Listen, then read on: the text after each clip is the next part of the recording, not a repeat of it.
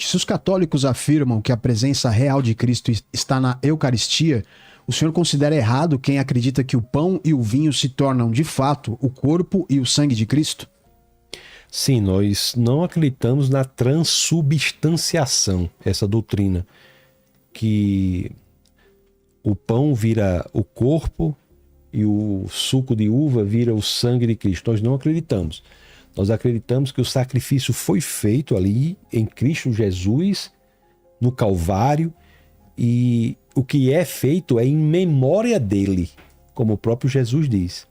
E para provar, eu digo assim, se é ou não o corpo, pode mandar os elementos para o laboratório. Se for mudança mesmo, se tiver mesmo a mudança, o laboratório deveria indicar, né? Então o senhor acha que Jesus mandou a gente comer pão na igreja? Como assim? Jesus mandou comer pão. Vamos lá comer pão e beber vinho. Não, o que ele disse está aqui no texto, né? Sem memória daquele fato. Mas ele disse, isto é o meu corpo. No grego, é claro. Eu sei, mas tem lá em memórias. Não é exatamente... É como ele diz assim, por exemplo... O que é memória para o judeu? Eu sou o caminho... É evocação de um fato. João 14,6. Eu sou o caminho, a verdade e a vida. Ele está dizendo, eu sou o caminho. Ele não está dizendo que ele é um paralelepípedo, né? Nem existia, né? Assim, quando ele está dizendo aqui... Só que ele não pega nenhum paralelepípedo e diz, isso aqui é o meu corpo. Sim, mas ele está dizendo para fazer memória. Se é o corpo, isso é fácil resolver. Se é o corpo, basta mandar para o laboratório e ver o que tem. Não ali. É verdade, pastor. Veja é bem. Verdade, sim. Se há transubstanciação, pode fazer isso. Agora, o que se pode dizer não é que há verdade. uma memória, uma presença mística. Padre, não é uma metáfora, então. Não é uma metáfora. E a transubstanciação é uma doutrina muito séria. Porque, primeiro, que não é uma doutrina física, é uma doutrina metafísica.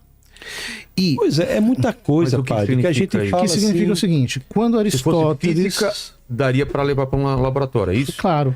E a metafísica, o que acontece? Muda o ser.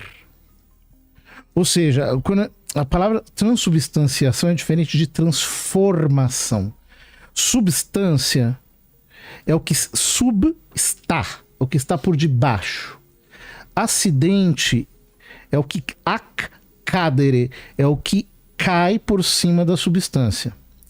É isso que me faz dizer que na consagração o sacerdote, ao pronunciar as palavras de Cristo e tendo ele o poder, a autoridade, a exousia, o que acontece é que a substância muda, os acidentes continuam. Então, o gosto do pão, o cheiro do pão, a medida do pão, a mesma coisa com vinho, etc. Mas aquilo já não é mais pão. O pão se transubstanciou na carne de Cristo e o vinho no sangue.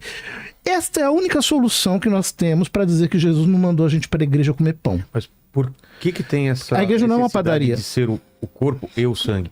E outra pergunta... Porque é sacrifício. E outra corpo pergunta, e sangue separado. Na Santa Ceia, lá no momento, qual foi o significado dele falar isso? Era realmente que era o corpo dele? Ou... É claro, ele está dizendo, este é o meu corpo que será dado por vós no dia seguinte. Estou me colocando como um cordeiro, um sacrifício. É. Mas os judeus comiam a carne depois e bebiam o sangue? É isso que eu não comiam entendo.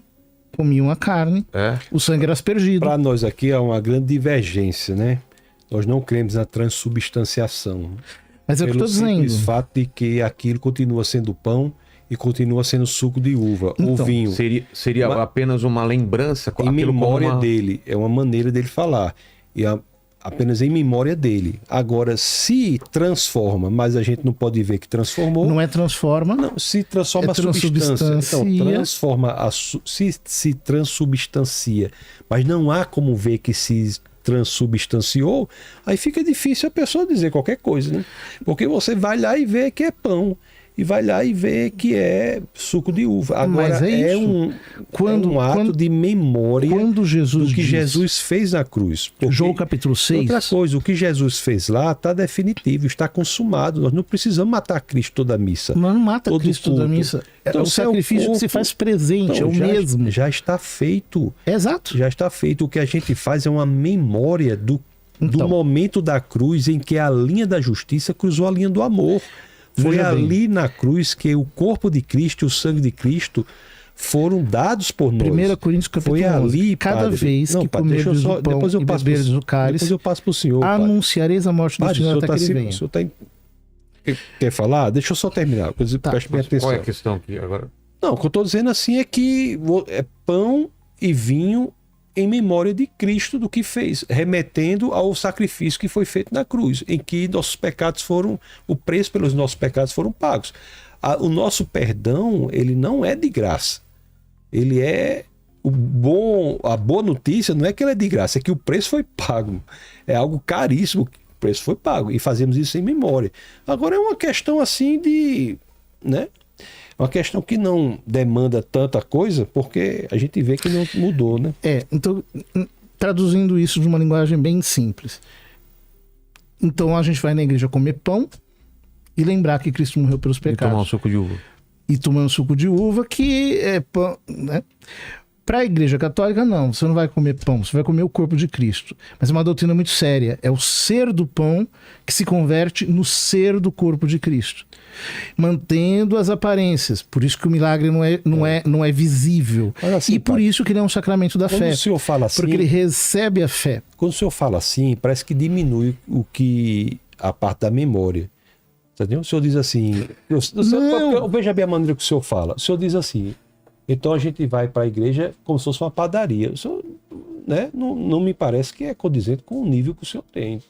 Então, Pastor, eu só quem estou... não crê na transubstanciação não vai para a igreja para comer pão como se fosse uma padaria. Mas vai comer pão. Vai para um ato de rememoração do que aconteceu, de trazer a memória.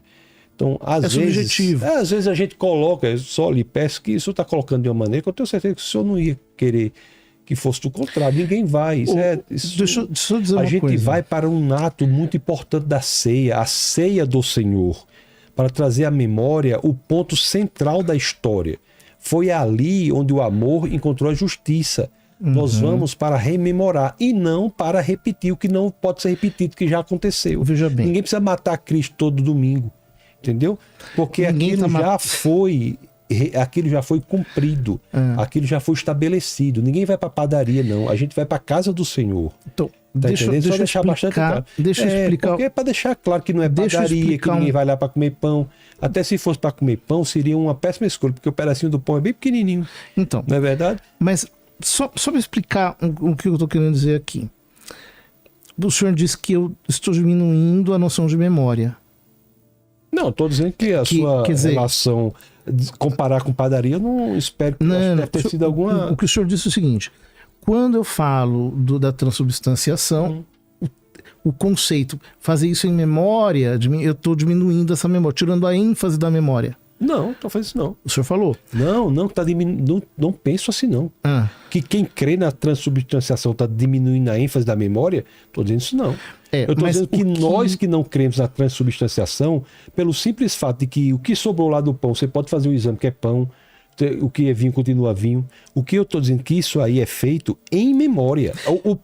A grandiosidade não está na mudança da substância. A grandiosidade está no ato de trazer a memória. Veja bem, pastor. Exteriorizável. São Paulo de forma diz, exteriorizável algo que aconteceu na cruz. São Paulo diz na primeira carta aos Coríntios, capítulo 11, que quem come a carne do Senhor indignamente será réu do corpo e do sangue do Senhor, come e bebe a sua própria condenação. É isso mesmo. Veja, não tem sentido essa afirmação se eu estou comendo pão. Está comendo corpo não, padre. Está comendo pão, faça o exame na substância, padre. Então Deus está condenando os outros porque está comendo pão? Não, aquilo não é corpo não, padre. O senhor está dizendo assim, está batendo o pé que está comendo corpo, está comendo carne. Faça o exame que não é carne não, é pão. Agora, é memória. Quem traz a gente chama isso de incredulidade. Assim, mais uma vez, né? Porque eu posso chamar também de heresia, de várias coisas. Mas o senhor veja, João capítulo 6... Espera só um pouquinho. Quando Jesus, em João capítulo 6, fala: meu corpo é verdadeira comida, meu sangue é verdadeira bebida, etc. E comeu, a palavra inclusive é forte, mastigar, né? No grego. Depois o que acontece? Há uma crise. O pessoal diz, os discípulos dizem, essa palavra é muito forte. quem a pode suportar? E aí Jesus diz assim: o Espírito é que dá a vida, a carne não serve de nada. Ou seja, ele não atenua o sentido das palavras dele, mas ao mesmo tempo ele mostra que é um sentido das palavras dele que não é um sentido metafórico. Quer dizer, o Espírito da vida, eu tenho que ter um entendimento espiritual daquilo que ele está dizendo. Este é o mistério da Eucaristia. Ele é tão bondoso, ele é tão generoso, que ele se entregou a ponto de deixar sua carne em alimento, seu sangue em bebida. E eles são separados porque corpo e sangue separados é igual à morte, o que significa que a celebração da Eucaristia é a evocação da morte do Senhor sobre o altar. Da memória também. Da memória, só que o senhor, da memória também. Quando o senhor diz memória, que é a palavra bíblica que está ali, ela tem um significado teológico muito mais denso. Ela não é apenas memória no sentido de recordação. Ela é memória no sentido de representação. Ou seja, o conceito de memória para os judeus, que é o do Novo Testamento nesse caso, é o de tornar presente ali novamente o ato da salvação. Então, o sacrifício do Senhor. Não há um outro sacrifício. Eu não estou matando Cristo de novo aos domingos. O sacrifício do Cordeiro é eterno.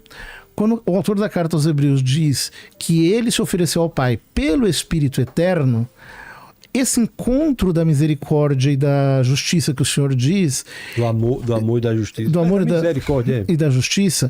Esse encontro se deu numa intersecção entre o tempo e a eternidade. É por isso que o Apocalipse diz que o Cordeiro foi imolado antes da fundação do mundo. Mas isso não tem nada a ver com o fato de ser carne e ser sangue. O sacrifício do Cristo é eterno. O Cordeiro está imolado em pé diante do altar. Ele foi levado ao glória da eternidade. Portanto, sacramentalmente, o que nós fazemos é trazer este sacrifício, que é sempre atual, para este instante, para este momento. O nome disso é Santa Missa. Nós fazemos isso também. Eu acho que não. Não, porque vocês não sacrificam. Se achava, passa a achar diferente. Porque o que a gente primeiro, faz lá não acredita no sacerdócio. Não acredita no sacerdócio? No sacerdócio ministerial. Quer dizer, não, o senhor acredita, a doutrina protestante é a doutrina do sacerdócio comum. Agora você vai dizer o que eu acredito ou não acredito? Mas eu não estou entendendo como. Você vai dizer o que eu acredito ou não acredito? A doutrina protestante não acredita que existe o sacerdócio ministerial, ou seja, que existem homens que são sacerdotes. O pastorado é um ofício. Eu acabei de vir agora, lá estava com um arcebispo da igreja cristã, arcebispo lá de Recife, Paulo Garcia, 50 anos de ministério, arcebispo, tem bispo. Anglicano, né? De origem anglicana. Então, assim, o senhor está dando afirmações aí à solta. O senhor está dizendo que eu não acredito no sacerdócio. Não é na sua denominação. E todas as outras são. Assim? Tem sacerdote em toda denominação ministerial. Como é? Mas há uma diferença. Mas você sabe porque o que não é da denominação dele, ele diz que eu não acredito. Não. Qual a diferença da forma dele? Não, pastor. O que eu estou querendo dizer é o seguinte. Os senhores não acreditam que, ao celebrarem a ceia, os senhores estão realizando o próprio sacrifício de Cristo sobre o altar? Claro, o que fez foi completo. Não precisa sacrificar de novo, não. Então, o que fez foi suficiente. Portanto, não estão exercendo um sacerdócio naquele momento, porque o sacerdócio consiste no ato de sacrificar. Não necessariamente. Isso até o sacrifício perfeito. Os judeus, o sacerdócio consiste no ato de sacrificar até que o cordeiro perfeito foi emolado, foi morto por nós. É isso que eu estou dizendo. A repetição do sacerdócio como o ato de sacrificar só existiu até Cristo. Porque em Cristo o problema foi resolvido. Tudo o que acontecia antes de Cristo era um trailer para o filme completo em Cristo Jesus. Okay. Então o sacerdote hoje vai trazer à memória o que foi o perfeito. Não é porque nós não cremos que está matando o Cristo de novo que não há sacerdote. Isso aí não existe isso. Quando Jesus antecipou sacramentalmente a sua morte na ceia, na Santa Ceia, ele disse aos apóstolos: fazei isto Aquilo ali foi o corpo dele? Foi a carne, foi o sangue dele? Foi. Foi? Tem dizendo aí que foi o corpo? Ele diz, isto Sim. é o meu corpo. Sim, fazer isso em memória de mim. Isto é o cálice Mas do meu era o sangue. corpo dele, não foi o pão, não? Repartiu o pão, repartiu a carne. Tomar e comer. Isto Sim, mas é não di- o meu Mas corpo. não diz repartiu o pão? Repartiu. Então, repartiu o quê? O pão. Ele não repartiu a carne, não. Mas é Repartiu claro, o pão. ele Não é claro, repartiu não. Não é o claro, pão não, porque dizendo, se fosse a isto carne- é o meu corpo. Mas então a Bíblia devia ter dito, repartiu a carne e disse, porque ele não repartiu a carne, Mas ele repartiu é o pão. claro, é sacramento. Não, não é claro, não. É claro sendo pão, não sendo carne. Porque se tem dizendo pão, não pode ser carne. Se Não é ele está verdade? dizendo que é, Tendo, quem ó, sou eu para dizer que não é? que não é o quê, padre? Carne. O corpo e o sangue. Sim, ceia, vamos ler aqui, Lucas 22, 19. E tomando um pão, tendo dado graças, o partiu e lhes disse, dizendo, isto é meu corpo oferecido por vós, fazei isto em memória de mim. É um pão, Mas ele está dizendo isto é o meu corpo. mas é pão e diz que é para fazer em memória. Mas se ele está dizendo que é o corpo, por que Isso o é- senhor diz que é pão? Porque ele está dizendo que tomou um pão e diz para fazer em Mas é memória. claro, quando ele toma é pão. Mas quando ele diz é corpo. Não, mas representa corpo, mas não é corpo, é O pão. senhor está dizendo que representa. Semelhantemente, Ele está dizendo que é. não, está dizendo que é Aí, pão. chegamos no impasse, então. Ó, diz É aqui. pão ou é carne? Abre, Jesus diz que é carne. abre uma votação aí no chat. Vamos lá. É pão ou é carne? E a Não, última... mas isso é um negócio muito sério, na Sim, realidade. sim, eu vi que tem Não uma, tem uma não divisão bom nem- muito É grande. bom, né? Assim, é uma coisa muito séria, mas independentemente das nossas divergências em relação a isso, representa, ou não sei se é o caso presenta, né? Talvez, representa ou apresenta o cerne do ministério de Jesus Cristo aqui na Terra, que foi pagar o preço pelos nossos pecados. Ele é o Deus missionário que veio resolver este problema pela humanidade. Porque o sacramentalismo tem a ver com as obras, que a questão do batismo como um requisito para salvação, a questão da Eucaristia, a questão da confissão como requisito para salvação. Mas assim, vai ser a mesma conversa. Porque, Não. né, Não é porque. eu Então, creio vamos lá. que pela fé a pessoa É. é salva. Vamos lá. Então, quando o senhor diz o seguinte, que o sacramentalismo se encontra, ou ele se Tô enquadra. perguntando, né? Mas se enquadra no tema, digamos assim, de que as obras são necessárias para a salvação. Na São verdade, meios necessários da graça, os sacramentos são sinais eficazes da graça de Deus. dos 7 para catolicismo, Os 7 não sacramentos. são necessários para salvação, não. Eles são necessários para a salvação, mas em que sentido? No sentido de que Cristo os instituiu, Cristo instituiu os 7? os 7 sacramentos, segundo a fé da igreja. Eu diria que instituiu só 2. Não, a igreja reconhece que Cristo instituiu 7. Mas não está nas escrituras, né? Está nas escrituras. A gente depois, se quiser, pode demonstrar isso. Mas Cristo estabeleceu os 7 sacramentos como meios eficazes para transmitir a graça divina. Como é que a graça divina é transmitida ao homem? É transmitida ao homem através da fé ou através dos sacramentos da fé? Então, por exemplo, quando a igreja batiza uma criança, a igreja batiza uma criança, ela é justificada no batismo, e nós cremos nisso, justamente porque a graça da justificação é unilateral. É Deus que justifica. Então não é fé nem obra, é batismo agora. Quer dizer, a doutrina do Novo É por isso Testamento. que eu disse que estava correlacionado. Não está correlacionado, sabe por quê? Porque, veja bem, antes da justificação, a graça é unilateral. E ela continua sendo unilateral. Não tem correlação. Veja, voltando aqui ao tema. Quando a igreja diz que os sacramentos, eles comunicam, a definição de sacramento é essa, é um sinal eficaz da graça de Deus. Ou seja, ela está dizendo que a graça é comunicada pela fé e pelos sacramentos da fé. E estes sacramentos foram instituídos por nosso Senhor Jesus Cristo. Então, essa é a doutrina católica. Agora, o protestantismo impugna essa doutrina. né? E aí acho que daqui a gente pode partir a partir A igreja cristã simplesmente diz que... Só uma coisa, qual é a pergunta então pro Então, por que a igreja protestante impugna a doutrina dos sacramentos como sinais eficazes da graça? Posso contigo, então. A igreja cristã simplesmente considera como sacramentos o batismo e a ceia. Por quê? Porque Jesus... Ordenanças. São ordenanças da igreja. São as duas ordenanças da igreja. Não sacramentos. No sentido, né, de ordens para se fazer, e não tem nenhuma relação com salvação. O batismo é uma exteriorização visual, perceptível, do que aconteceu interiormente na pessoa. A pessoa emerge como uma representação da morte e, de maneira muito bela, emerge como um novo nascimento. É uma representação visual para o mundo do que aconteceu internamente, essa ordenança. É simplesmente isso. O exemplo de uma pessoa, mais uma vez, que não se batizou e foi salva, o ladrão na cruz. É um outro exemplo, mesma coisa. O ladrão não foi batizado e Jesus diz, ainda hoje estarás comigo no paraíso. A ceia também é um elemento central, né, que nós também divergimos nos elementos, que apenas é em memória do que aconteceu, para trazer à mente o cumprimento de Jesus, inclusive prometido lá em Êxodo 6, 6 e 7, quando prometeu para Moisés, né?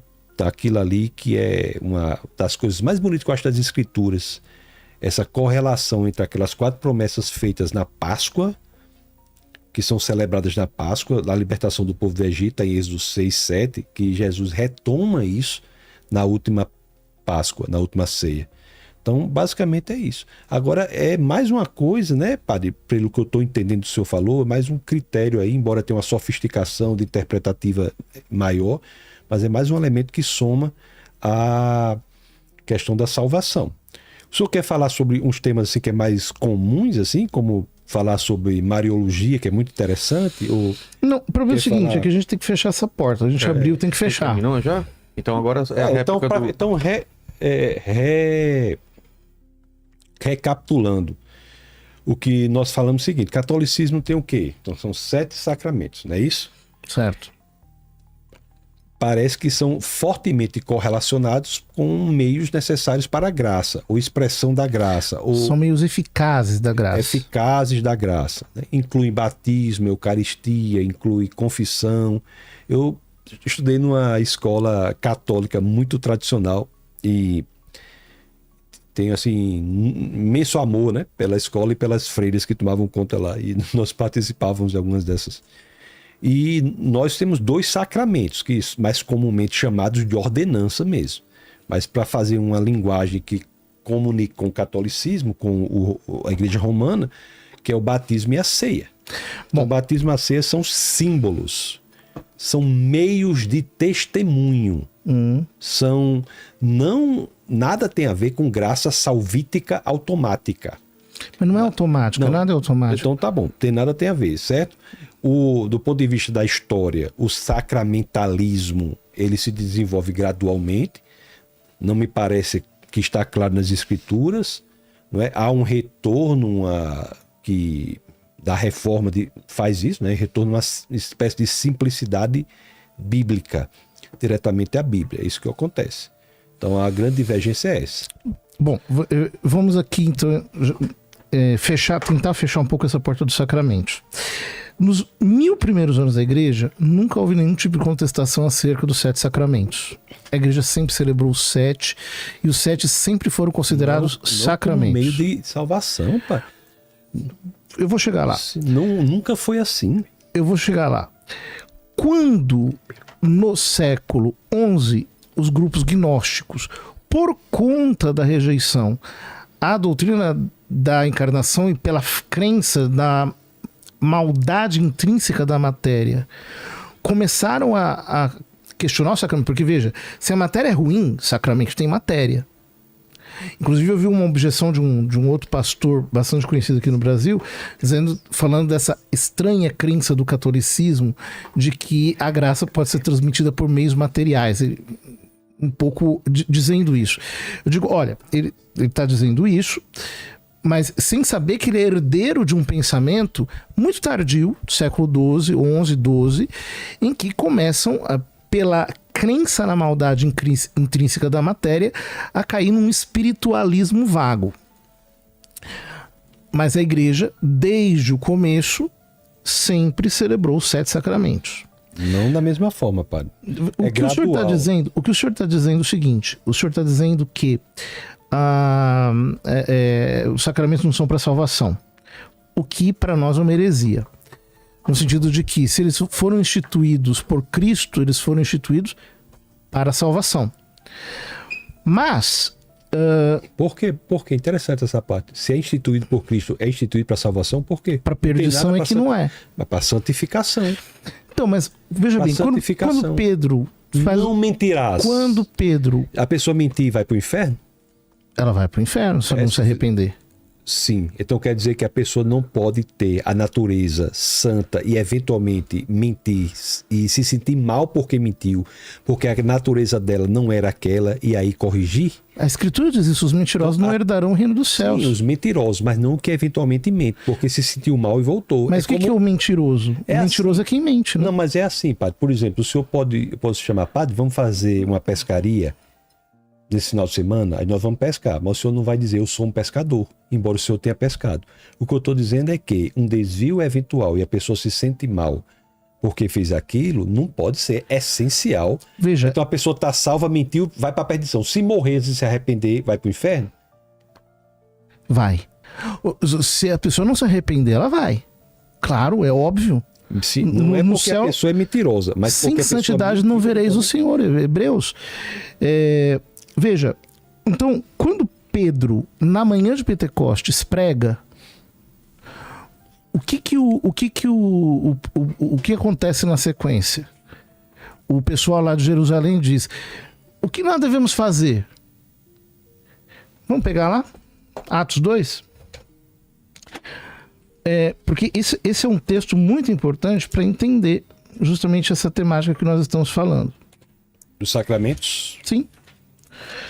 Atos capítulo 2, aqui, as primeiras conversões. Quando ouviram isso, ficaram com o coração comovido e perguntaram a Pedro e aos outros apóstolos: irmãos, que devemos fazer? Pedro respondeu: arrependei-vos e cada um de vós seja batizado em nome de Jesus Cristo para o perdão dos vossos pecados.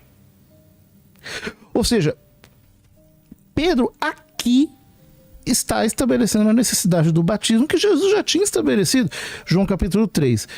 Quem nasce da água e do Espírito, quem não nasce da água e do Espírito não herdará o reino de Deus. Ou no final do Evangelho de São Marcos: quem crer e for batizado será salvo, quem não crer será condenado. Há 3 batismos, né? Então, aí nós Então entramos... nós estamos falando, estamos usando a mesma palavra para 3 coisas diferentes, né? Mas aí o ladrão arrependido entra no batismo do desejo. Não, ele foi batizado em Cristo. Claro, Não pelo nas desejo. águas, mas o sacramento Pelo desejo. Mas padre, é interessante. É isso. Não, então há 3 tipos de batismo, sabe?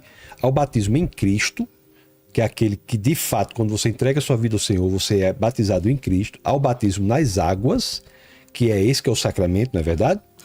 E há o batismo no Espírito Santo, que é de Atos 2.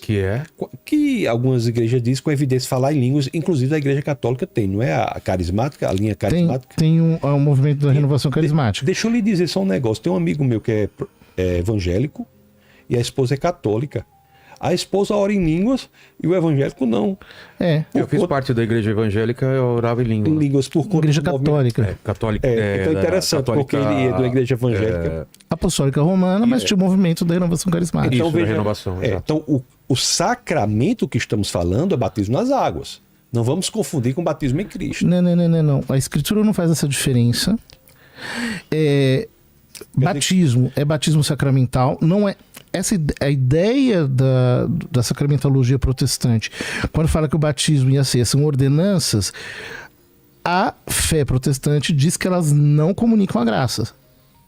Que o batismo nas águas. O batismo nas águas e a ceia, nas águas. Os 2 sacramentos, isso. As 2 ordenanças não comunicam a graça. Isso. O que Pedro está dizendo aqui é diferente. Mas isso aí não é batismo nas...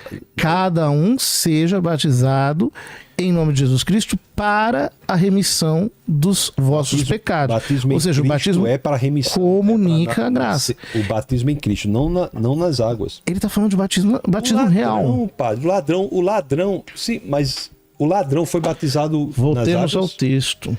E o ladrão foi batizado nas águas? Vamos voltar ao texto. Qual? Sobre o... Atos capítulo 2.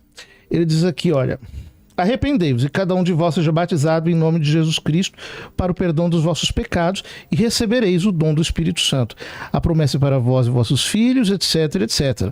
Com muitas outras palavras ainda, Pedro lhes dava testemunho e os exortava, dizendo: os que aceitaram as palavras de Pedro receberam o batismo. Naquele dia foram acrescentadas a eles cerca de 3.000 pessoas.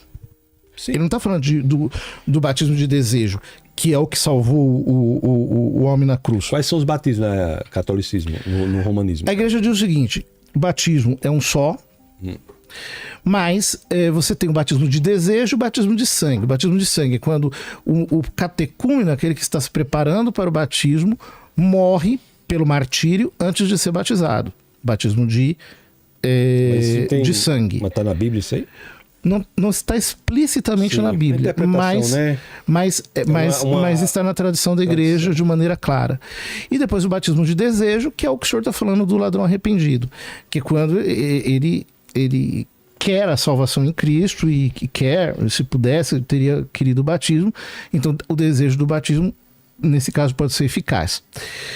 Ora, então esses textos demonstram que eles não são meras ordenanças.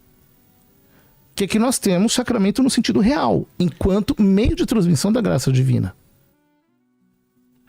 Veja, uma pessoa que não é batizada nas águas, ela não é salva? Uma pessoa, primeiro que sim, batismo nas águas, o que vocês entendem por batismo não é exatamente o que nós entendemos por batismo, mas tudo bem. Uma pessoa que não é batizada, se ela não teve a fé... É muito difícil as respostas, né? Assim, sabe por quê, pastor? Veja bem. O batismo nas águas é essencial. Aí eu pergunto, se a pessoa não for batizada, ela não é salva? Aí não tem uma resposta. Pela escritura, não. Não? Mas em que sentido? Quem crê e foi batizado será salvo. Quem não crê será condenado. Mas veja, então o batismo é necessário para a salvação por ordem expressa de Cristo. Porém, se alguém tem a fé em Cristo, não pôde se batizar, etc., mas teve a fé... Pela a fé e a caridade, o São Tomás de Aquino diz que quando você olha para o fim último, Deus infunde em você a sua graça. Então, nesse sentido, sim. Agora, eu não posso relativizar o batismo como meio de salvação, exatamente porque o Novo Testamento não o apresenta assim.